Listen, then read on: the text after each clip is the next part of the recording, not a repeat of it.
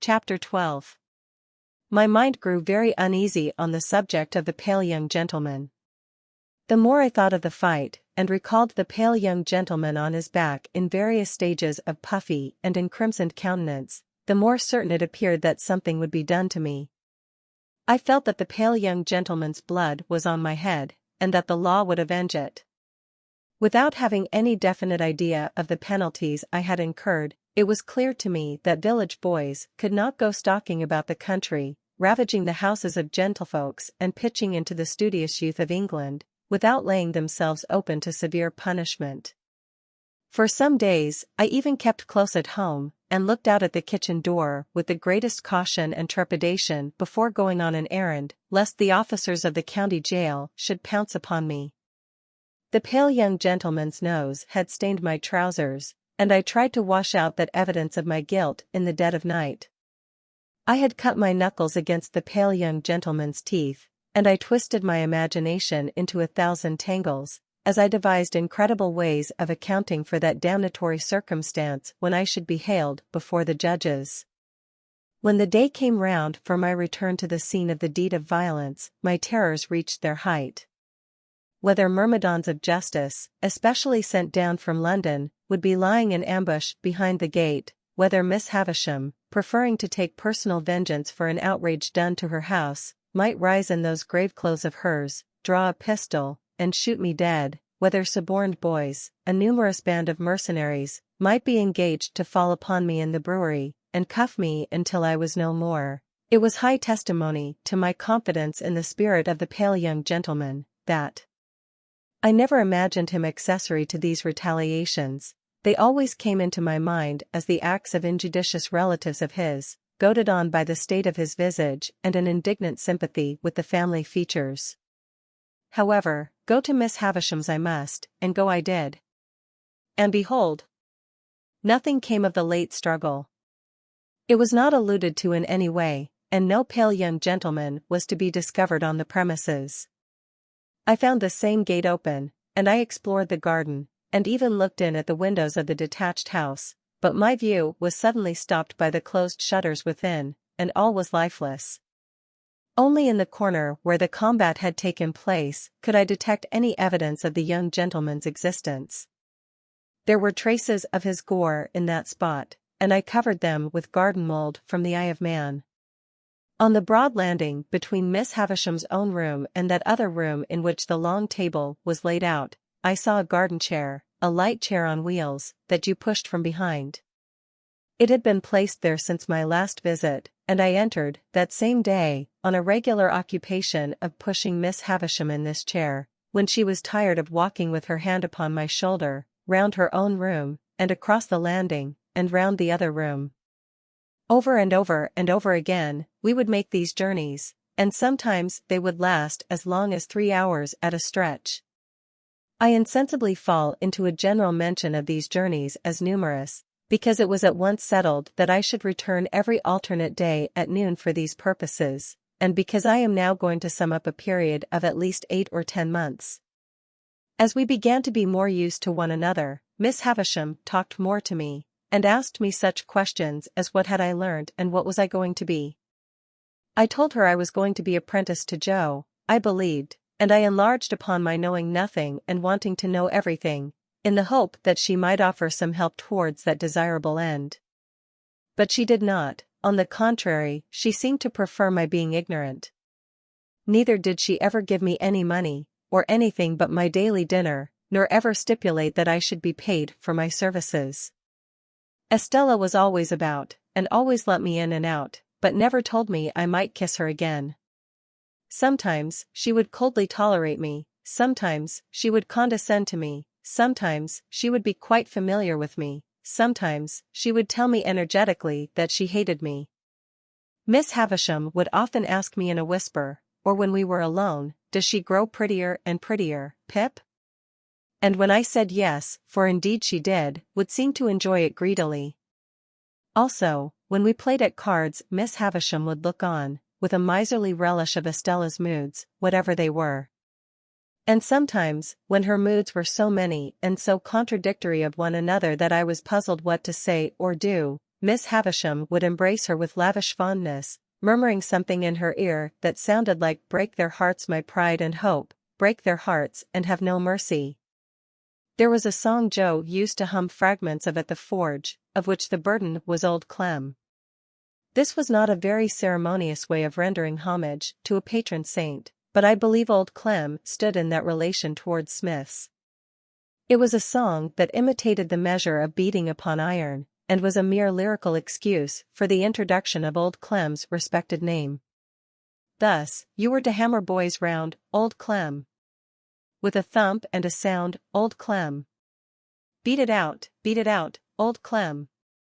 With a clink for the stout, Old Clem. Blow the fire, Old Clem. Roaring drier, soaring higher, Old Clem. One day soon after the appearance of the chair, Miss Havisham suddenly saying to me, with the impatient movement of her fingers, "There. Sing." I was surprised into crooning this ditty as I pushed her over the floor. It happened so to catch her fancy that she took it up in a low brooding voice as if she were singing in her sleep.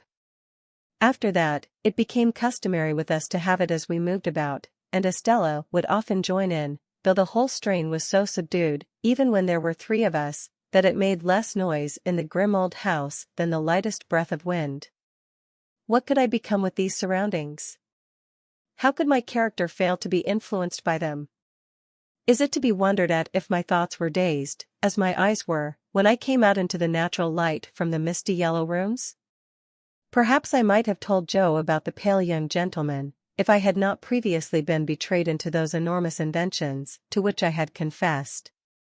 Under the circumstances, I felt that Joe could hardly fail to discern in the pale young gentleman an appropriate passenger to be put into the black velvet coach, therefore, I said nothing of him. Besides, that shrinking from having Miss Havisham and Estella discussed, which had come upon me in the beginning, grew much more potent as time went on. I reposed complete confidence in no one but Biddy, but I told poor Biddy everything. Why it came natural to me to do so, and why Biddy had a deep concern in everything I told her, I did not know then, though I think I know now. Meanwhile, councils went on in the kitchen at home, fraught with almost insupportable aggravation to my exasperated spirit. That ass, Pumblechook, used often to come over of a night for the purpose of discussing my prospects with my sister, and I really do believe, to this hour with less penitence than I ought to feel, that if these hands could have taken a linchpin out of his chaise cart, they would have done it.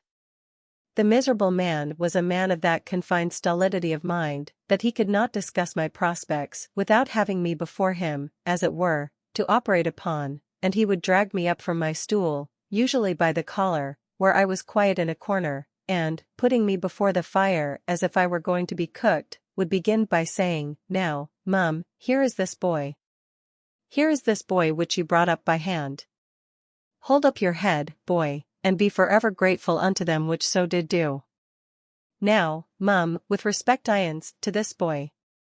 And then he would rumple my hair the wrong way, which from my earliest remembrance, as already hinted, I have in my soul denied the right of any fellow creature to do, and would hold me before him by the sleeve, a spectacle of imbecility only to be equalled by himself. Then, he and my sister would pair off in such nonsensical speculations about Miss Havisham, and about what she would do with me and for me, that I used to want, quite painfully, to burst into spiteful tears, fly at Pumblechook, and pummel him all over. In these dialogues, my sister spoke to me as if she were morally wrenching one of my teeth out at every reference, while Pumblechook himself, self-constituted my patron, would sit supervising me with a depreciatory eye, like the architect of my fortunes who thought himself engaged on a very unremunerative job. In these discussions, Joe bore no part. But he was often talked at, while they were in progress, by reason of Mrs. Joe's perceiving that he was not favorable to my being taken from the forge. I was fully old enough now to be apprenticed to Joe, and when Joe sat with the poker on his knees thoughtfully raking out the ashes between the lower bars, my sister would so distinctly construe that innocent action into opposition on his part, that she would dive at him, take the poker out of his hands, shake him, and put it away. There was a most irritating end to every one of these debates. All in a moment, with nothing to lead up to it, my sister would stop herself in a yawn, and catching sight of me as it were incidentally, would swoop upon me with, "Come. There's enough of you. You get along to bed, you've given trouble enough for one night, I hope." As if I had besought them as a favor to bother my life out. We went on in this way for a long time, and it seemed likely that we should continue to go on in this way for a long time, when one day Miss Havisham stopped short as she and I were walking, she leaning on my shoulder, and said with some displeasure, "You are growing tall, Pip." I thought it best to hint, through the medium of a meditative look, that this might be occasioned by circumstances over which I had no control.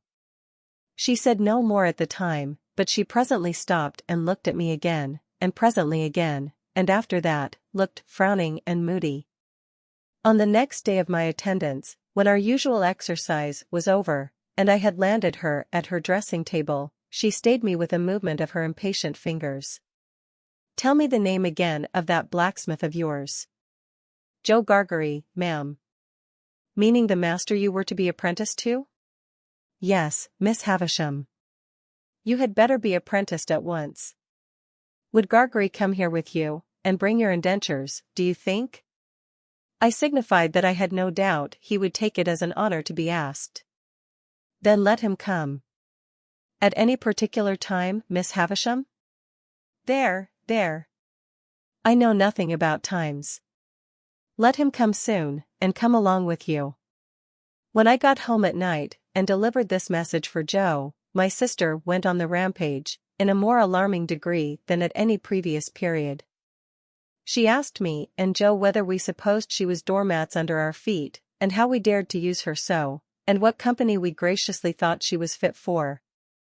When she had exhausted a torrent of such inquiries, she threw a candlestick at Joe, burst into a loud sobbing, got out the dustpan, which was always a very bad sign, put on her coarse apron, and began cleaning up to a terrible extent. Not satisfied with a dry cleaning, she took to a pail and scrubbing brush, and cleaned us out of house and home, so that we stood shivering in the backyard. It was 10 o'clock at night before we ventured to creep in again, and then she asked Joe why he hadn't married a negress slave at once.